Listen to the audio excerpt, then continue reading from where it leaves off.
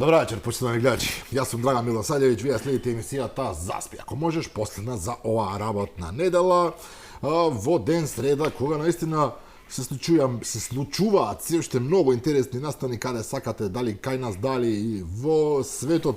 Веројатно најдобра вест е тоа што изгледа дека Доналд Трамп навистина успеа да постигне мир меѓу Иран и Израел, дали тоа ќе потрае, ќе видиме. Тоа е велам добрата вест.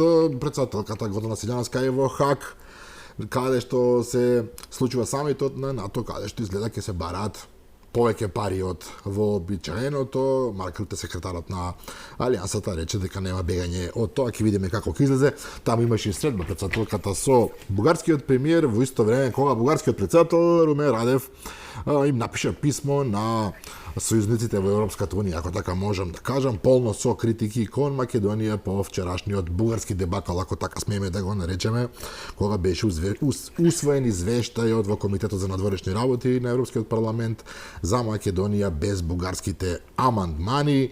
Нормално бугарите сега се подготвуваат за контраудар за неколку недели кога ќе биде пленарната седница. Имам многу критики да кажам, поготово особено денеска за господинот Радев и за неговото писмо, кое што според мене е наистина полно со отворен шовинизам, би рекол, кон македонците. Меѓутоа, ајде да оставиме времето да покаже дали има макар малку шанса и простор за нешто да се промени во Софија. Како и да е, внатре во Македонија главно сме возбудени околу случувањата во правосудството, особено што денеска конечно финишираше, ќе видиме дали финишираше, меѓутоа е донесена пресудата за убиството на малата Вања и на Панче, доживотен затвор за убиците, ослободителна пресуда за таткото на Вања, кој што беше дел од обвинението, меѓутоа ја покажаа дека не бил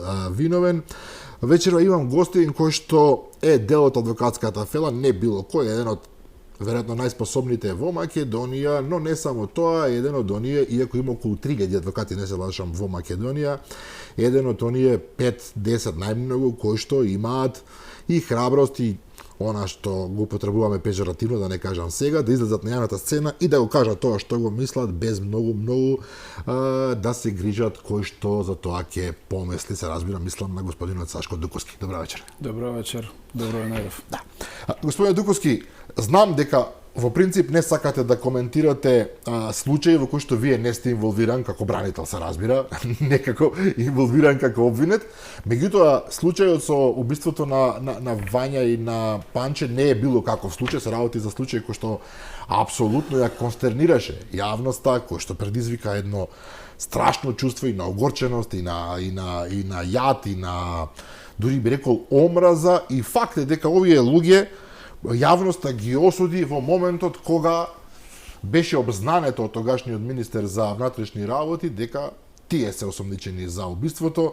Овој доживотен затвор, кој сака нека каже, беше однапред очекуван и мислечи дека секој друг исход ќе беше од јавноста пречекан со стравично негодување, ќе предизвикаше голем револт.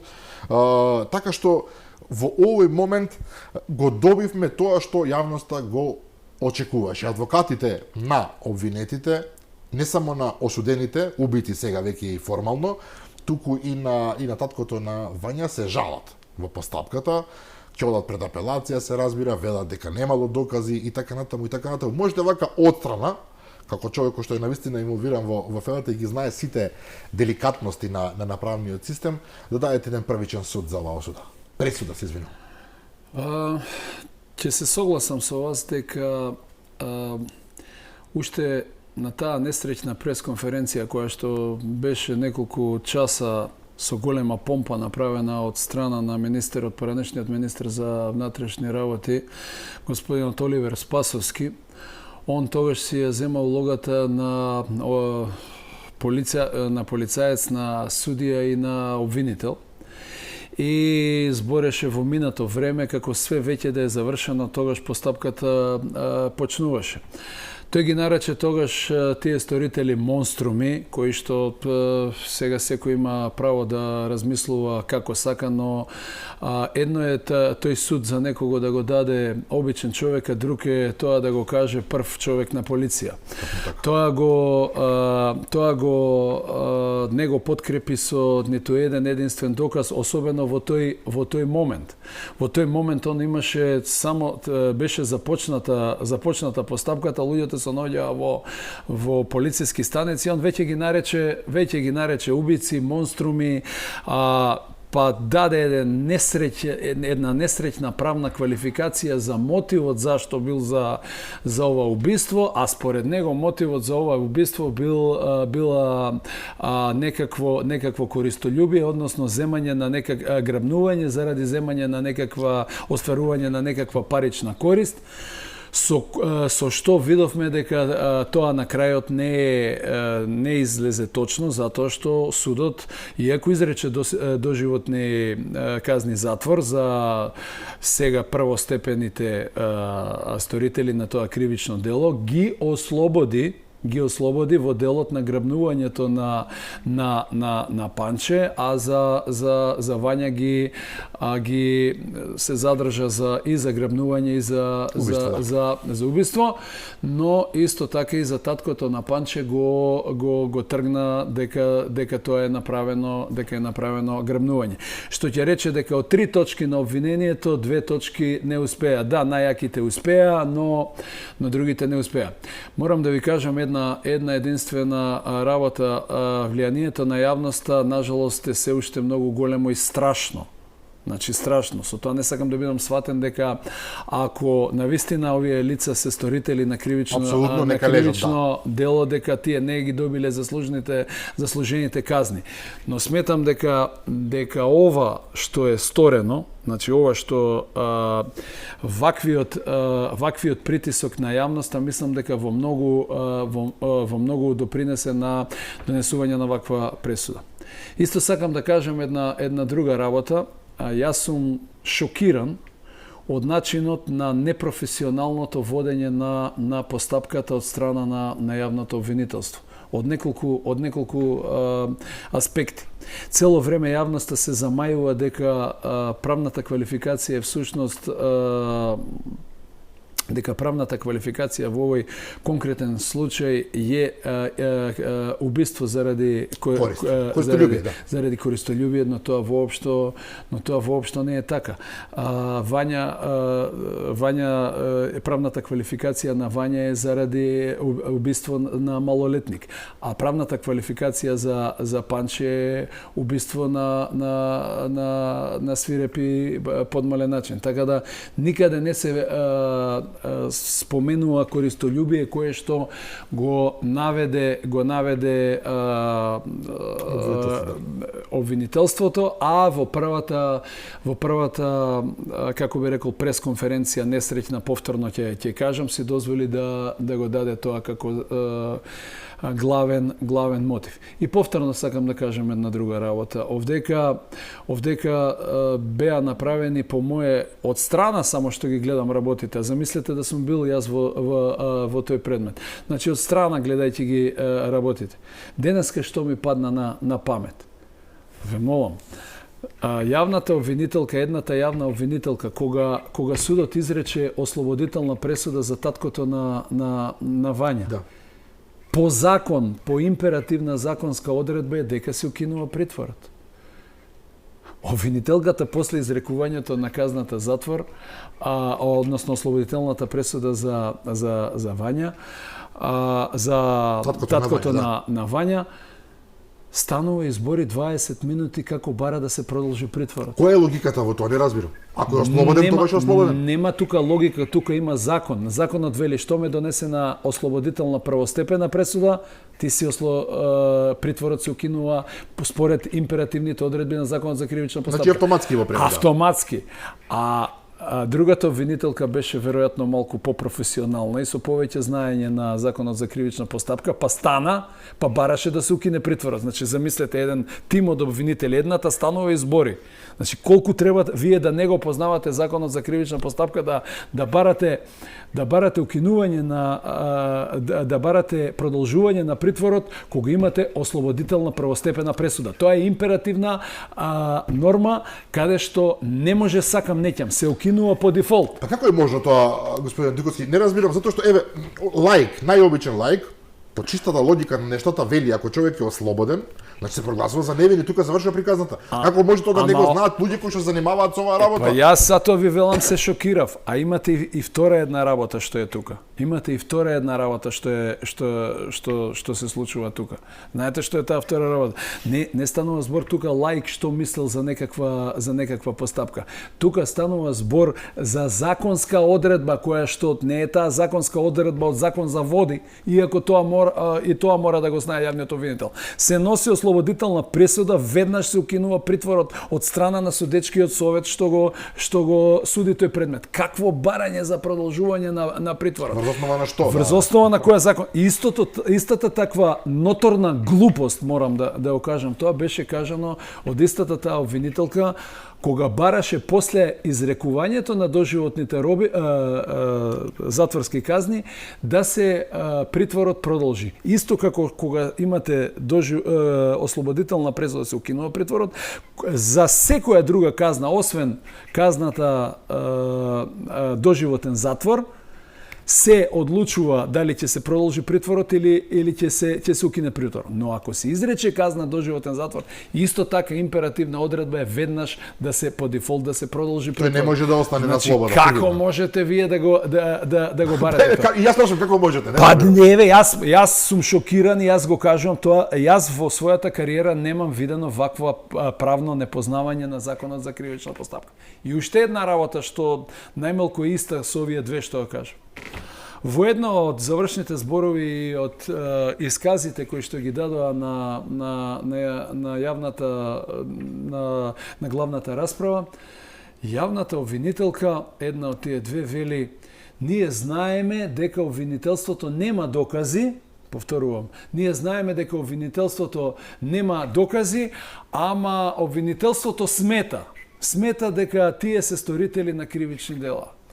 Ова е многу чудно, ова е... Значи, ова ви го тврдам, можете да ме проверите. Значи, тоа е вака со други зборови кажано, ние немаме докази дека тие се сторители на кривични дела, ама нема кој друг да е. Нема кој друг. Нема кој друг. Значи, ова правната регулатива не познава вакво нешто, чисто да го расчистиме. Не може ако немаме докази, нема кој друг да е. Значи, тоа е не само да има докази, не само да има докази, него овде мора да има докази со таков квантум на квалитет, да тие докази бидат на такво ниво во секое време, надвор од разумно сомневање да доведат до осудителна пресуда. А овде немате такви докази. На крај, знаете што? Во Америка, ова е еден од покапиталните предмети што се воделе во Република Македонија од незиното осамостојување, вакво брутално убиство, начин на убиство, малолетно дете и така натака, грабнување, па палење, па правење, па пустење и така натака. Сакам да ви кажам, јас до сега вака лоша водена постапка од страна на обвинителството, јас до сега во мојот живот немам видено, и тоа е една страшна работа која што треба сите да се запрашаме, дали треба да понатаму да се екзистира со вакви голи обвиненија. Што е сега? Ќе поднесеме жалба. Па добро, ќе поднесете жалба. И што ако поднесете жалба?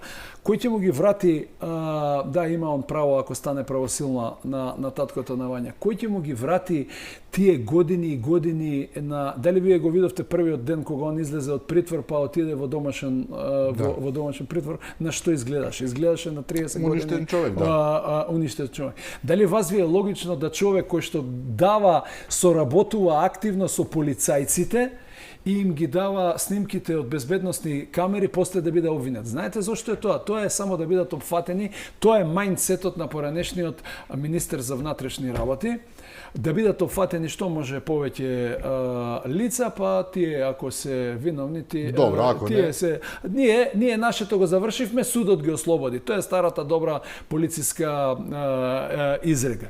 И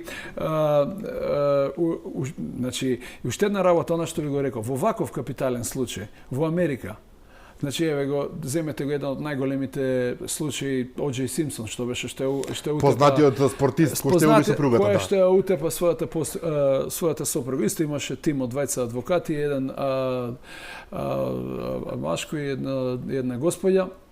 Веднаш таму е непишано правило. Таму не подигаш обвинение на жими мајка, него поднесуваш обвинение кога имаш докази. Ако немаш докази, или ако поднесеш обвинение со лабави докази, и ако се донесе ослободителна пресуда, никој таму не те брка. Сам си одиш ти од обвинителството. Стануваш или адвокат, или одиш во политика, или се занимаваш со трета работа. Но не можеш да обстанеш. Но не може како кај нас длака да не фали. Има некој човек што е година и 3-4 месеци, не знам колку време е во притвор. Да. Значи, притворот... А детето му е убиено, да не забораваме. Детето му е убиено. Значи, тука имате две депривации. Две депривации имате. Првата депривација ви е тоа што е во притвор, а втората депривација ви е огромната осуда на општеството. Знаете, вие уште првиот момент кога беше притворот, кога се качуваше, кога он даде некој знак на некој близок човек, нешто, тоа е како можел така да се однесува. Веднаш бесилка, така беше, да. Веднаш бесилка. Кој тоа ќе му го врати општествениот срам? И јас сметам дека тој човек веќе до крајот на својот живот е обележан. Значи, луѓето пак ќе се најдат такви експерти, јас ги нарекувам за правото, кои што секогаш ќе речат: абе добро, ослободен е, ама ослободен е, дали судот бил лош, ваков бил, таков бил. Ќе остане сомнежен за вечни времиња. И тоа не може, он ќе мора тоа да го живее до крајот на својот живот. Она што апсолутно бидејќи се го допревме Александар Ѓоргец и таткото на Вања, беше ставен во контекстот, иако Туфекџич, неговиот адвокат, поранешен судија, велеше дека и самите сега осудени, тогаш обвинети, апсолутно кажале дека нити го познаваат човекот. Тој тврдеше дека со нив немал никаков допир во животот. Така натаму не сум јас овдека да бранам никого, меѓутоа логично е да постуваме прашање, особено сега кога и официјално го прогласија за невин. Од самиот старт, ако обвинението за овие четворица кои што се веќе осудени се темелело на некакви искази, еден за друг кажале овој убил овој и така натаму, за него немаше ништо. И сега не ми е јасно како го инволвираа човекот во целата работа. Освен ова што вие рековте, мора да ставиме уште еден. Значи, ја ви тврдам дека е тоа. Тврдам дека е тоа, колку прво да се зголеми квантитетот на обвинети. Не најдовме еден двајца, еве повеќе се. Еве повеќе лица се и да се обидат на некаков начин да зборат некакви будалаштини од типот ние еве сега мотивот на предметот е некакво си грабнување за остварување на парични. Што не беше да кажам. Еве уште еден момент ќе ви кажам. Дали вас ви е нормално да обвинители му поставуваат прашање на тој истиот обвинет на таткото на Вања, каков ученик бил во основно училиште. Како има врска тоа со ова? Па јас ве прашувам истото, што ќе докаже со тоа? Такви прашања се поставува кога вие дното го имате допрена, кога немате цврст доказ, тогаш си разговарал со овој, го познаваш овој, си го направил овој, действие. А не дали си бил во скијање пред 2 години, да.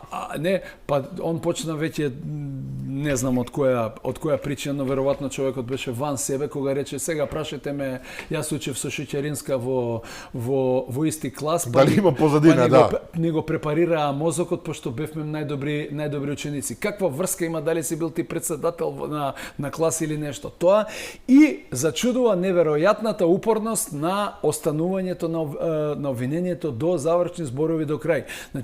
Значи ако во првиот момент имало некакви основи на сомневање, во текот на постапката се докажало дека нема некакви основи се докажало дека нема некакви основи на сомневање.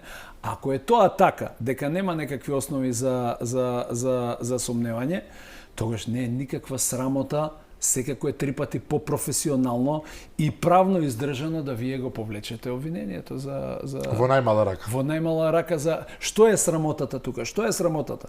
Ова е срамота. Ова е срамота да останете до крај на обвинение и да барате продолжување на притвор кога законот императивно ви наведува дека ќе се укине притворот кога е изречено ослободителна пресуда. Тоа е најголемата срамота, ама изгледа овдека кај нас некои лица не се најслабо сработената истрага од кога јас памет. А е за исклучително важен случај. Самиот рековте најкапиталниот можеби. Да, и моите информации можеби не се точни, но мислам дека се прилично точни затоа што имам една клиентка која што работи во брза помош, кажува дека 3 пати дневно, 3 пати вечерта отишла брза помош кога било давано тоа признание и дека луѓето биле црни како овој телефон.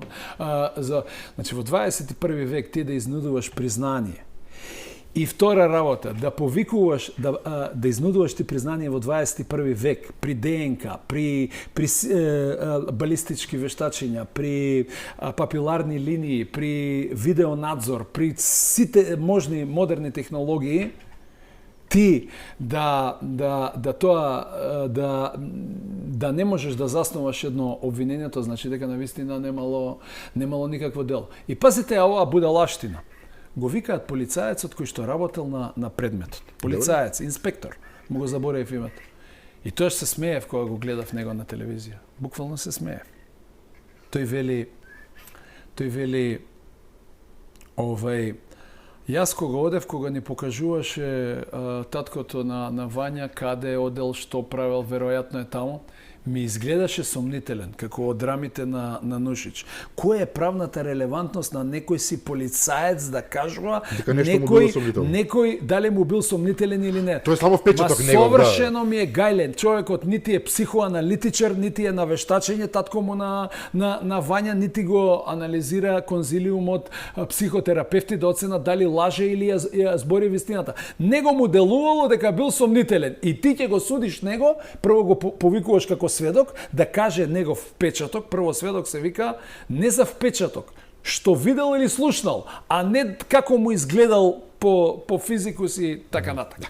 Сега овдека влегуваме во еден втор момент кој што секако ќе биде интересен понатаму. Сега луѓе се жалат на апелација. Некои колеги, мои колеги зборувам, не ваши, повремено изразуваат, можеби образложено мислење дека во Македонија чисто се случува обвинението намерно, не заради неспособност, да бидат направени погрешно со фалинки, не знам за овој случај сега, само анализираме, за потоа да паднат. И сега имаме апелација каде што, јас не верувам дека апелација ќе го промени, ова е мој субјективен став, пресудата на основниот суд, меѓутоа, сепак, овие луѓе се жалат на повисоки инстанции и повеќе инстанции, и што ако тамо врз основа на сите овие тврдења што и вие ги изнесувате, излезе дека нема доволно докази. Видете, јас не можам да тврдам секако ќе се жалат. Нема шанса да не се жалиш ти на доживотен затвор. На доживотен затвор. Тук имам едно друго прашање, но потоа. На доживотен затвор нема шанса да не се жалиш. Ама сакам една друга работа да кажам. Ако предметот е без докази, колку сакаш ти жали се. Тоа е само изјава веднаш после пресуда кога обвинителството го задоби првиот удар, кога е ослободено. Да, они добија доживотна робија и ќе се жалат. Јас сметам дека тука во оваа постапка има, пак повторно кажувам, јас избегавам, знаете но од што гледам телевизија, само така како обичен спектатор го темела моето мислење. Вие немате пиштол, немате оружје, немате папиларни линии, не знаете кој Сега беше уопсен оној човек од Народна банка кој што наводно го имал. Да. Сега видете го степенот на неквалитетно водење на истрага од страна на обвинителството. Значи, вие требате у завршен збор да очекувате некој да каже од обвинетите да ви изиграва ваш стручен соработник во обвинителство и да ви каже дека се јавил тој човек, не знам ни кој е, ни што е, му се јавил Палчо Немо и му рекол, сега да го сокрил рижото, го кажуваат, чекајте, дајте пауза, одма се јавуваме, го апсиме човек.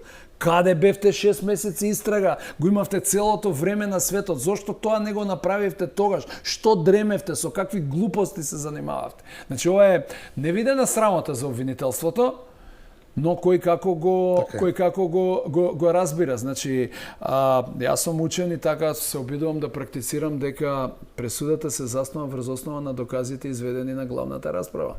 Ние докази изведени на главната расправа, освен и тоа самото обвинителство го потврди. Она што прејаска ви го кажав. Немаме ние докази, ама и исказите на обвинетите се доказ. Да, се доказ. Но не може кога имате различни докази таа пресуда да ја базирате исклучиво само на искази на сообвинети. Сведок е должен да ја збори вистината, а обвинет е должен да се брани како смета дека е за себе најповолно, па дури и да не ја збори вистината или да ја префрла својата вина на некој друг. Сега и тука се разбира го имате оној момент. Јас тврдам дека вие сте виновен. Вие може да тврдите дека сум виновен, тоа е тоа. Па точно е така. Затоа треба материјален доказ вие да обезбедите да го утврдите дали е некој виновен или не е виновен. Поради самата природа, еве ако така спеам да кажам на господинот Палевски Палчо и неговото инволвирање во јавниот живот и во политика и во бизнес и во се, многу се шпекулираше околу неговата поврзана со тајни служби и така натаму, дека тука и некој друг замешал прсти, се разбира, ова е се шпекулации, меѓутоа интересно, токму Туфегич адвокатот инсистира, вели институциите мора да одговорат како е можно овие луѓе да не бидат детектирани на време, се мисли на сега веќе осудените, и дали има логистика во државните структури. Значи, кога адвокатот го пушта ова прашање, ми се чини дека му додава малку поголема вредност на она што беше само јавна шпекулација. Па ќе се согласам со него, да се одговорат доста прашања, на доста прашања сега. Значи јавноста бараше казна, меѓутоа јавноста остана скратена за суштински докази, суштинска логика, суштински повод на целата работа. Никој не убива дете туку така, мислам, боже миле, со некој не е тотално мрднат. Па повторно, јас не можам да верувам дека некој некому ќе пука у глава на 14 годишно дете, ќе пука у глава без некаков мотив. Вие морате да имате мотив зашто тоа го сторувате. Ајде искочи министерот, вели тоа е заради земање на некаква противправна корист, односно што не се случило, што нема некаков откуп. Тие приказки од типот ние мислевме ќе земеме жена 40 годишна дете, како жена дете кога ти пратиш 4 дена кај се движи, што се движи. А мислиш дека е друга жена, нема логика, какви се тие глупави прашања од обвинителството, се со цел да го обвини родителот од типот, па само родителот знаел во колку саат излегува детето. И што ако родителот знаел? Вие имате 99% родителите знаат кога излага детето, така. Од знаење до сторување на такво тешко кривично дете за свое чедо, ја мислам дека нормален човек тоа не може да го направи. Второ, ако тоа го правите заради некаков откуп, сигурно не убивате некого заради последен час. Да. Нема логика. Уште едно прашање само за оваа тема. Луѓето се осудени на доживотен затвор. Што значи тоа во пракса? За оние што, бидејќи многумина не им е јасно, велат доживотен затвор 20 години, тоа некако не измешано. Не. Доживотен затвор значи дека ќе останат до крајот на животот да вистина тамо или потоа ќе имаат можност во одреден период, ова се возрастни луѓе, морам да признам, но сепак и на 70-80 години може да бараат нешто. Не значи по дефолт дека они ќе останат 20 години, може да ги имате, не знам дали се сеќавате на оној предметот Дино Диновски, имаше еден бездомник кој што го осудија, дали со докази, без докази, не знам, углавно жена нека е убита. Да, жена, и тоа беше 90-тите години, уште во затвор ја служи доживотната казна. Има други лица кои што не значи тоа по дефолт. Секако еве вака пластично, значи додека со некој правен лек, со некое барање не се укине или преиначи или не се направи некаква си ублажување на таа казна, преиначување на таа, има една институција вика неправо преиначување, кога може да се замени казната за доживотен затвор прво во 40 години, па после 20 години, па се бара условен отпуст и така натака. Но секако за да се стигне во таква фаза, тие луѓе мораат да одлежат најмалку, не е тоа законски, но праксата тоа го кажува, најмалку едно 15 до 20 години, за да може да се приначи прво на 40, па после на 20 години. Сега некој да мисли, сега сметам дека казната доживотен затвор е доживотен затвор и така е. Секако ќе остана долго во затвор и не е тоа добра де, точно нема да излезе од... Поради добро однесување ќе се излечам, нема таква нешто. Не оди тоа така. И една друга работа да ви кажам. За мене, може некој нема да се согласи со мене, но ја цврсто и вака на правни форуми јас дебатирам со професори и со други лица кои што се во оваа бранша. Во Европа никаде нема смртна казна. Нема во Европа. Нема да. Во Русија мислам дека има, ама да. Не сум сигурен, да не... Нема ни во Русија смртна казна, дури мислам дека во Русија 40 години е максималната казна или доживотна, нема држата, но сигурен сум дека нема. Сакам да кажем една работа. Луѓето се залажуваат и мислат одма прават некаква паралела и велат дека па добро, што, он ќе остане во затвор, ќе биде, а барем е жив девојчето и Панче нема да се вратат. И тука се во право. Но за мене казната доживотен затвор е потешка него, така јас размислувам, некој друг размислувам. Е потешка казна него казната смртна казна. Смртната казна се врши еднашка, завршува и тоа е тоа. Овдека постепено умирате секој ден. И тоа во долг период. Вие сте затворени 23 часа дневно сте затворени и тоа е тоа. Така што тука го затвараме кругот. Барем ова го расчистивме, американскиот начин е поинтересен. Тие тамо ви даваат доживотно и уште 5 пати по 500 години, па потоа кога се жалите да ви намалат 100. Добро, тамо има доживотна казна затвор без право на помилување. И тоа, да. Знаете што е интересно во Америка, што јас никогаш не можам да го прифатам. Има тамо нема консумција на кривични дела како што има кај нас. Што значи тоа? Значи еве во конкретниот случај во Америка знаете за колку дела би ги обвиниле сега овие четворица ликови. Прво би ги обвиниле за грабнување, за телесни повреди, за загрозување на сигурност. 10 дела би им направи на телесна повреда, тешка телесна повреда, па пукање со огнено оружје, па застрашување, 10 и за секое дело он ќе добие посебни казни. Кај нас мислам дека тоа поправилно и во Европа е така да се конзумира казната действието по најтешкото дело што тука се направи и тоа е во казната затвор, казната убиство, за действието убиство. Така да мислам дека е тоа. Во Америка имате со помилување или без помилување. Па и тоа помилување да е, имате еве ги лица по 30-40 години лежат, па тогаш добиваат помилување. Еве гледате дека убиецот на Џон Ленон 84-та чинам дека 80, да, 45 години. 45 години воопшто Абер нема, стално поднесува услови за барање за помилување, никогаш не го добива. Тоа е американскиот начин. И сега се префрлиме на нешто каде што вие сте поинволвиран, да не сватите погрешно, вие секогаш се нафаќате, и тоа веројатно ви го создаде вашиот рейтинг во јавноста за исклучително тешки дела, дела кои што ја возбудуваат јавноста, го браневте и Боки 13 моторниот и господинот Чавков.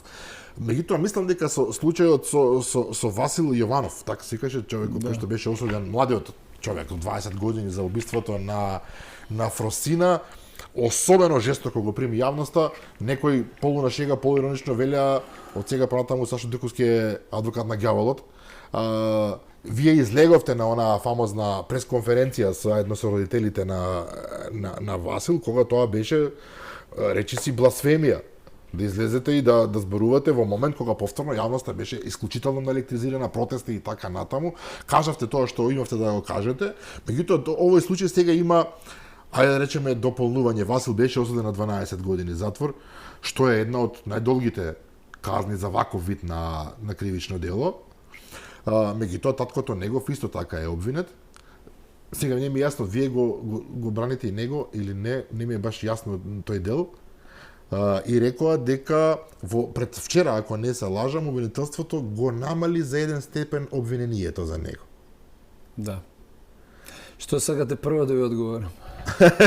Ова за прашања поставите. Да, ова за адвокатот на ѓаволот се разбира во една најдобронамерна смисла. Немам проблем со тоа, во каква год да биде смисла. Затоа што на крајот на криштото некој некого мора да брани. И за Палчо беше како излезе оној Страшевски да го брани. Па мора да го брани. Таков е законот, некој мора да излезе. Тоа ви е работа. Тој ќе биде адвокат по службена должност. Ако ќе биде некој друг.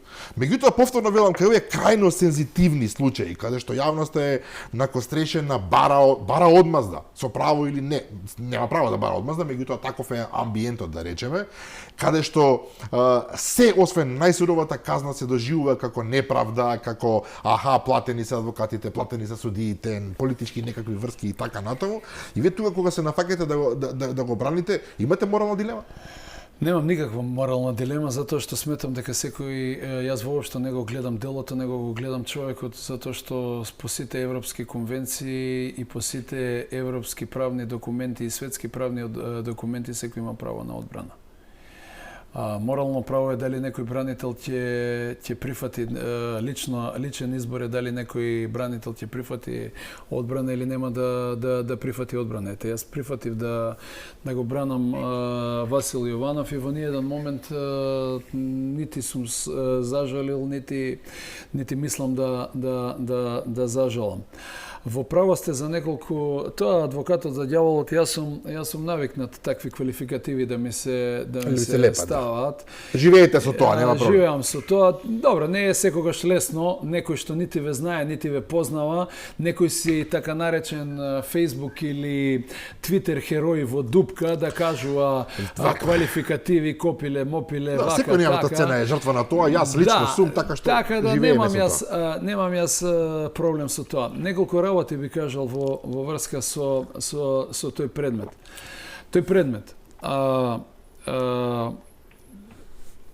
Сите што ме познаваат знаат дека во мојата работа изузетно тешко одам на признавање на вина. Значи, и признавање на вина во фазата на постапката. Овдека, јас сметав дека најцелисходно е токму тоа да се случи. Е токму тоа.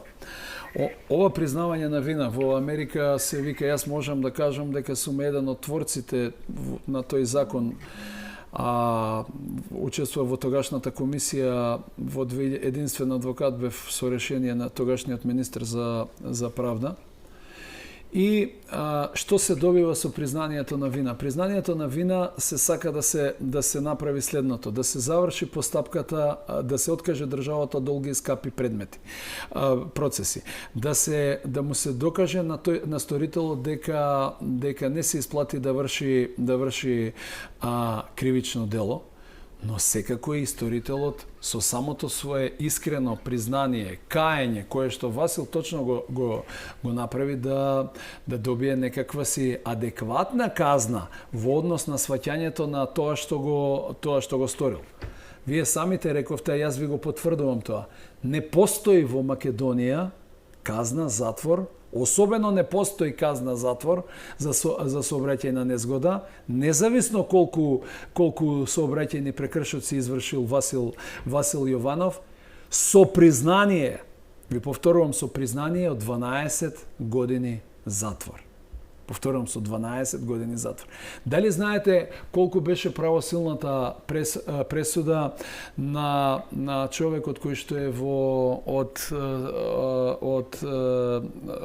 од Велес, чинам дека се викаше Николче Ангелов или така некако, не е битно.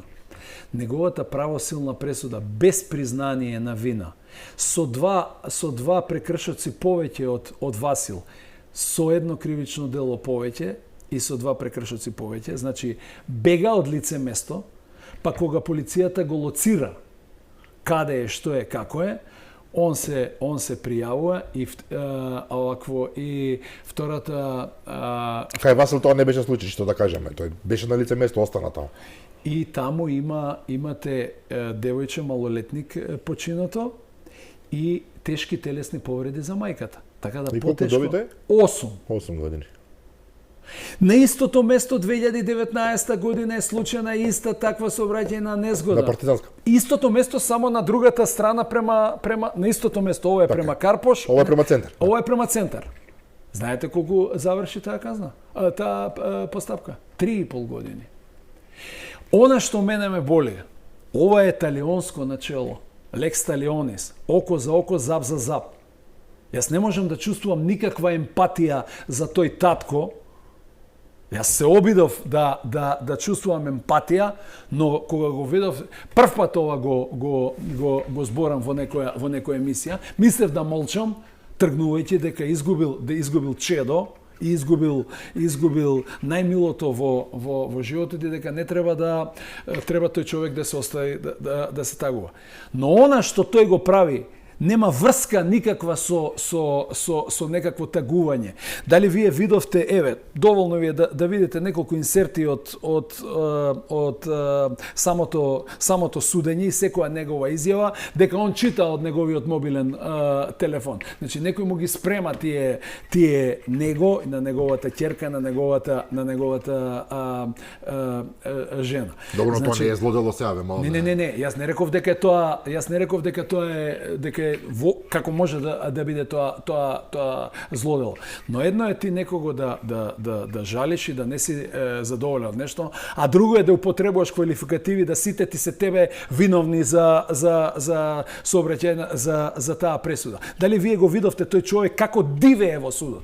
Дали го видовте како дивее на пресудата со вадење на тој качкет, со фрлање на кај родителите, багро судска, па искача надвор, па влага внатре? Нити е прва, нити е последна сообраќајка. И јас сум родител, не дај Боже тоа да ми се случи. Еве јас ви кажувам, Но од аспект на човек што е повреден, ми се чини дека би можеле да го разбереме тоа се. Не знам, ова е веќе субјективен став. Што би можел да разберам?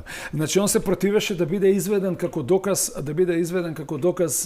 како се вика, да биде изведен како доказ видеоклипот кој што беше снимен, Васил како веднаш вика после настанот што направи, Леле што направи. Тоа се појави. А зашто тоа не сме одизлезе?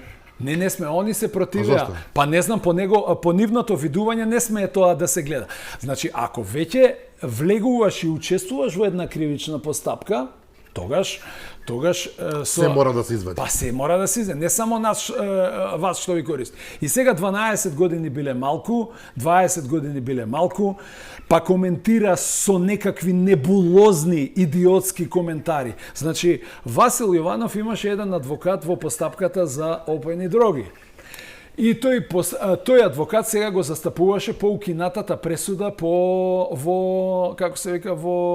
од Врховен суд дека не биле викнати на јавна седница. Да. Тој го застапуваше, си продолжи човекот да го застапува. И сега се најде таткото да коментира, експертот правен. Што е ова? Ова е правен инженеринг, еден адвокат за една постапка, друг адвокат за друга постапка. Какво требало кривично да се гонат сите, и родителите, и ние како бранители, сите да се гониле, зошто имал еден адвокат во едната постапка, имал друга. Тоа навистина нема некоја логика, меѓутоа господин Дуковски, човекот имал голем број на прекршоци претходно. Тоа е факт. На сето тоа беше осуден за дрога. Значи не се работи за дете кое што му се погодило несреќа. Возел побрзо од тоа што е дозволено во специфична состојба во градско подрачје кај што тоа не смее се. Значи Ја разбирам дека вие сте му бранител на човекот и дека вашата работа е да ги изнесете сите докази во негова корист, меѓутоа некои работи па се фактичка состојба, веќе докажано. Значи вака сега. Јас па не сум ни судија, меѓутоа разговараме, анализираме. Тоа што зборите за прекршоците, тоа оди на совест на првостепениот судија и на обвинителот. Јас се противев на тоа. Како тоа он сторил прекршоци. Нема ниту една пресуда за прекршоцеве, јавноста нека знае. Нема ниту една пресуда. Па дали зборуваа за десетина? Па не, може да зборува. Па тоа е тоа италионско начело што секој пред грана збори. Судот изведе што направи една ноторна повреда на законот за кривична постапка, изведе од другиот предмет за таткото, изведе постапки кои што се во тек и за кои што не беше закажано ниту едно рочиште по прекршоци. За кои прекршоци ние збориме дека Васил е суден? Ајде ве молам. Еве ја ве прашувам, можам и да ви го донесам тоа, да знаев ќе го донесем. Значи тоа се постапки. И тоа видете го, тој инженеринг, но тоа не му смета на родителот. Значи 2 години, година и пол ништо не се прави и сега во рок од 5 дена Васил добива уште 5 пресуди, 5 постапки за некакви прекршоци во сообраќајот. Чекајте, така да кажеш, измислени ли се си себе, молам? Не сакам јас да кажам, но вие можете да коментирате дека некој е сторител на прекршоци кога тоа ќе биде потврдено со прекршочна пријава. Не е доволно вие да добиете само барање за спроведување на прекршочна постапка и веднаш е готово. Он е осуден за тоа. Па сега вие можете да ги наречете сторителите на Вања убици, можете да ги наречете само како лица осудени во првостепена постапка. Ако стане правосилна, можете, истото се случува и ова. Значи да се тргнат тие небулози. Значи втора работа. Како отежнителна околност, судот на неколку страници пишува како Васил бил правосилно осуден, како и наместо он да се воздржи од такви действија, Васил продолжил да вози безобзирно и довел до такви последици. Значи, во моментот кога судот му ја изрекува пресудата на Васил, Врховниот суд, јас не сум ја пишал тоа барање, го пишал колегата.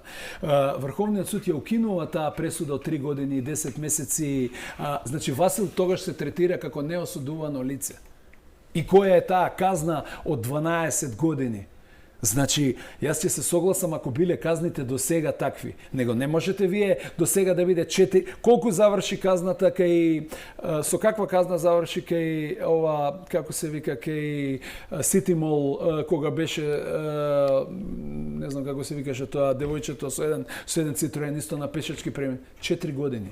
Колку заврши исто со едно девојче Фросина што беше на партизанска удрена 4 години. Сега вие ќе воспоставувате ново владение на правото од овој предмет. Затоа што јавноста сака, затоа што таткото сака. Значи, едно е болка, друго е спроведување на право и донесување на пресуда врз основа на докази и на факти.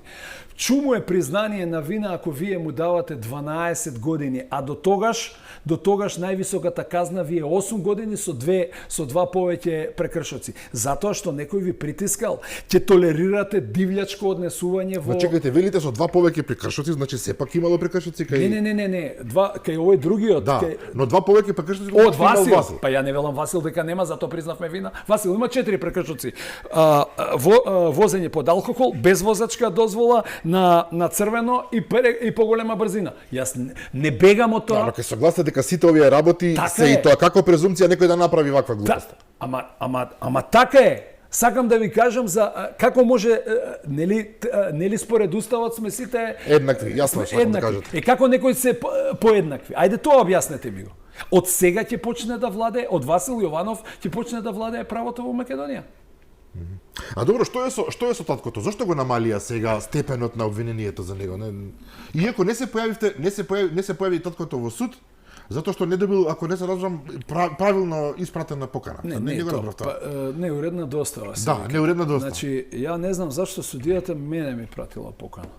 Јас извршив увид во предметот во обвинителство. Извршив увид, да. Но само да видам зашто станува збор. Морам да се легитимирам. Да, исто јас дадов полномошно не само за таткото, но дадов и за таткото и за мајката дадов полномошно и се легитимира во суд. Не знам зашто мене ме спомињаа вчера некој. Не се јави, токму тоа. Па еве ви кажувам, ја нити сум добил, нити сум се легитимирал таму за да можам да бидам. Второ, јас вака со полно право ќе го кажам ова, обвинителот така како што е, јас му го реков него тоа лично, многу гледал судски предмети во Белград и предметот Рибникар. Добро.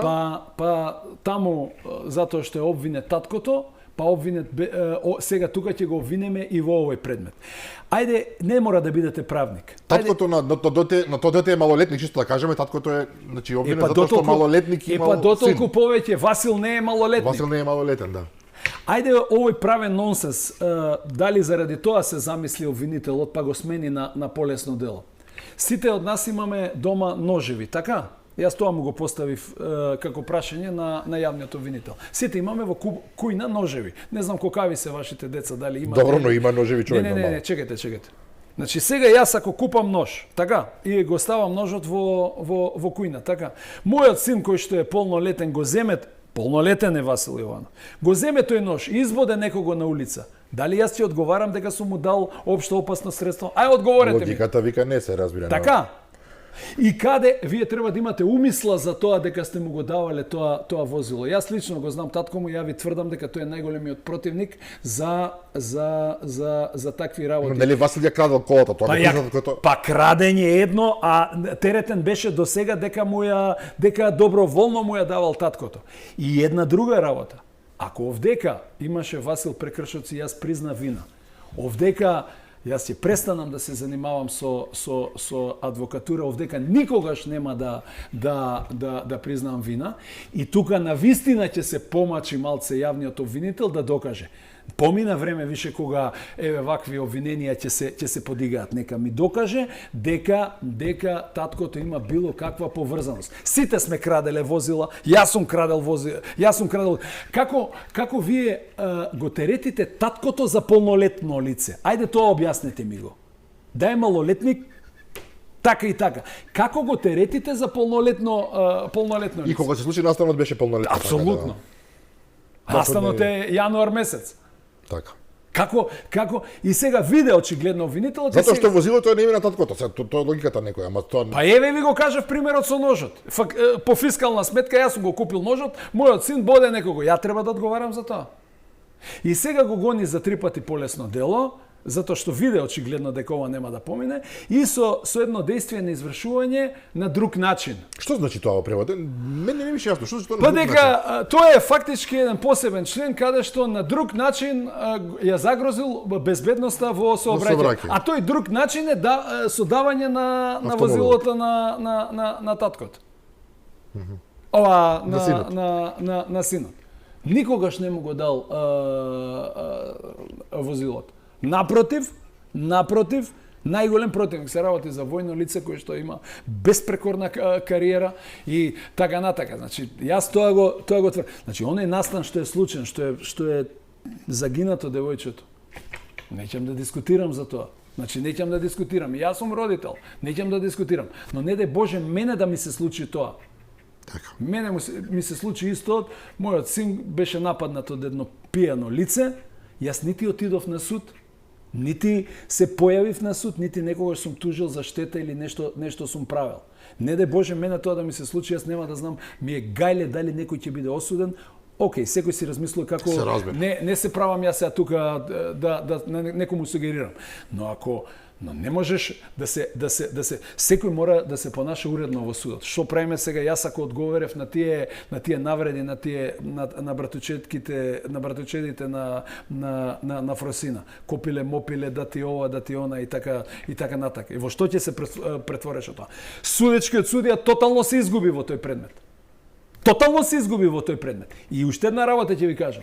Тоа е одлука, ова одлука што е донесена од 12 години.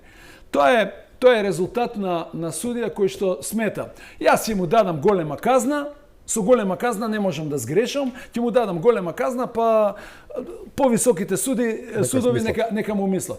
Тоа ли е владење на правот? Јас да сум судија, значи немојте да мислите, јас бев одредено време и во предметот Монструм. Учествува во предметот Монструм. Има потешко, 5 пати потешко дело и од Васил и особено Васил затоа што е сообраќајка сепак. Да, ова беше убиство. Дали знаете дека не смееше да бекне никој во судница? Тоа е водење на судски процес. Ако јас влезам во судница, се знае кој е доминус литис, кој го води, која води главната расправа, судијата. А не таткото да станува да вика вака, така, сите да станува. Второ, кој што сака нека ме мрзи. Јас знам дека после ова исто ќе има лавина. Можам да претпоставам. Не, а нека има колку сака. Како врз основа на што не почнато уште судски, не е тоа влијание на судот. Врз основа на што 30 луѓе доаѓаат во судот со црни мајци, правда за Фросина. Чекайте бе луѓе, не е почнато судењето. Врз основа на што вие утврдивте дека нема да биде правда и дека така облечени не смеат да влезат во судот. Треба соодветно да бидат облечени. Све беше дозволено. И навреди, мафија, јас себе вака јавно му порачувам на родител. И јас ќе се приклучам на неговото барање. Каде што он вели дека ќе поднесел кривична пријава. Не, нема да поднесем ја кривична пријава, него вели ќе испитаме да се формира комисија како тоа два предмети се паѓаат ке исти судија. Ја првото тоа го Но мора се гласите дека е тоа чудно, не? Па за мене е 3 пати почудно. Од 50 судии, 2 предмета за исти настан да бидат ке исти судија. Така е. Јас прв негодувам за тоа. Ако некој мисли дека тоа е некаков инженеринг, еве нека дојде преку трето лице, нека ми даде, ја ќе се потпишам за тоа барање исти судија да не ги суди. Тој судија веќе има формирано мислење и за Васил, и за настанот, и за возилото, и за све. Мене ми одговара тоа, затоа што ја не сакам. И поредот на нештата, од 50 суди, 2 предмети, едниот порано стигнат во судот, другиот стигнат после 15-20 дена за сообраќајката, се паѓа случајно кај двајца, кај исти суди. Ама по трет пат кажувам, јас се приклучувам на тоа. Да нема забуна, но не со тие глупости, кривични пријави и така натака, него со дај да видиме дали на вистина тој предмет е овакво паднат по акми системот кај тој судија. И второ, и да е паднат, тој судија може самиот да се иземе, поаѓајќи од тоа дека го направил, дека веќе има формирано мислење, му изрекол 12 години. Што јас треба да очекувам сега за татко му дека ќе направи, независно за колку и за какво кривично дело. Така да немаме тука, страшно ме нервира кога неуки правно луѓе коментираат нешто. Едно е болка, друго е правна наука. Не можете све вие да коментирате правен инженеринг, ваков инженеринг, судија на мафијата, ваков на мафијата. Добро, ајде како заклучок, господин Дуковски, бидејќи прилично како се вика бурна расправа од ваша страна. Како заклучок, еве сосема, спомнавме 2 исклучително сензитивни случаи кои што ги елабориравте вие на начин на кој што вие сметавте дека треба. Има уште десетици други случаи, некои политички, некои чисто во вашиот домен.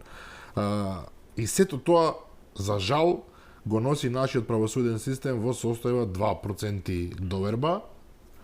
Тоа е практично ништо. Односно, општиот став е дека нашето правосудство не функционира. Начинот на кој што се поставени воопшто работите во целата фела се чудни, неодржливи, премногу роднински врски, премногу пријателско-политички релации, премногу слобода и неодговорност од страна на луѓе кои се на тие високи позиции. Вака не смее да остане. Сега го не смее да остане. Знаете што не смее да остане? Не смее да остане вакви обвиненија да се подигаат и никому длака да не фали од глава. Прва работа. Втора работа, но не помалку битна од првата работа. Значи, не може улицата да донесува пресуди да се носат со години како, кога велам години, дали 5 или за такви години сметам, да се изрекуваат казни во зависност од желбите и барањата на јавноста. Да се притвараат луѓе затоа што јавноста сака некој да биде во притвор. Да се гони ако реално треба тројца да се гонат 50 луѓе. Така да... Добро, случајот Кочаник? Не сум ја во тој случај ангажиран, имав некој, но не сум вклучен. Што? Но таму има десетици обвинети. Осомничени, како да не завршам терминот. Па таму обвинителството смета дека со тоа што ќе обвини не повеќе лица, сигурно они имаат конкретни действија за што сметаат дека некој направи. Директни, индиректни виновници и така. Директни, индиректни, но таму сега малце чудно е сега 3 дена пред завршување на истрага апсите уште еден човек, 3 дена нешто пред тоа апсите друг човек. Иако не сум баш сигурен дека сите таму во тој предмет би требало да одговараат и да сносат одговорност. Воопшто не сум сигурен за тоа. Значи, тоа е една од најголемите трагедии што се случила во Македонија. Абсолютно.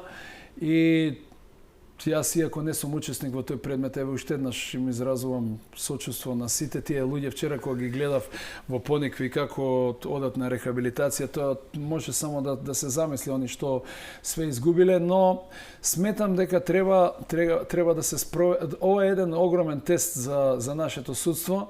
Не е само да обвиниш една грамада луѓе и со тоа да мислиш дека правдата ќе биде задоволена. Треба да се обвинат конкретно оние лица кои што допринеле со директни действија или со действија на друг начин кажано без кои што не би можело да се изврши делото за да се направи делото. Тие треба да одговарат. Не можете сите по дефолт да ги обвините. Неќам да повторам. Јасно. Сашко Дуковски, ви благодарам за вечерашното гостување. Морам да ви кажам една работа. Јас не би сакал никогаш да се најдам во позиција, генерално да се најдам во ситуација да се судам со некого, меѓутоа со некој каде што вие ќе му бидете адвокат. Ова што го гледам сега, боже милие. Апсолутно, од една страна некој може да рече дека одржавте цела лекција по право, од друга страна некој може да рече браневте лица за кои што сте платени да го направите тоа. Се разбира, јавноста носи суд за ова што го слушнавте, бидејќи ова не е судење овдека, ова е само една анализа и размисла која што повлекува прашања за сите нас. И благодарам уште еднаш. Благодарам на поканата. Да, почитувани гледачи, многу интересен буре разговор со адвокатот Сашко Дуковски и повторно уште еднаш ќе речам, неговите ставови се разбира, можете да ги приметите како што мислите дека треба, но вистина на специфичен начин ги кажа, секој нека носи своја одлука околу сето тоа што беше кажано на сопствен начин со ладна глава. Знам дека се работи за случаи за оние што зборувавме, кои што и тоа како ги потресуваат луѓето, меѓутоа треба да се слушнат сите страни. Ви благодарам уште еднаш за вниманието. Утре во 15 часот се разбира репризното издание. Јас ви закажувам нова седба со мене и со нови гости во понеделник во 22:30. До тогаш пријатно.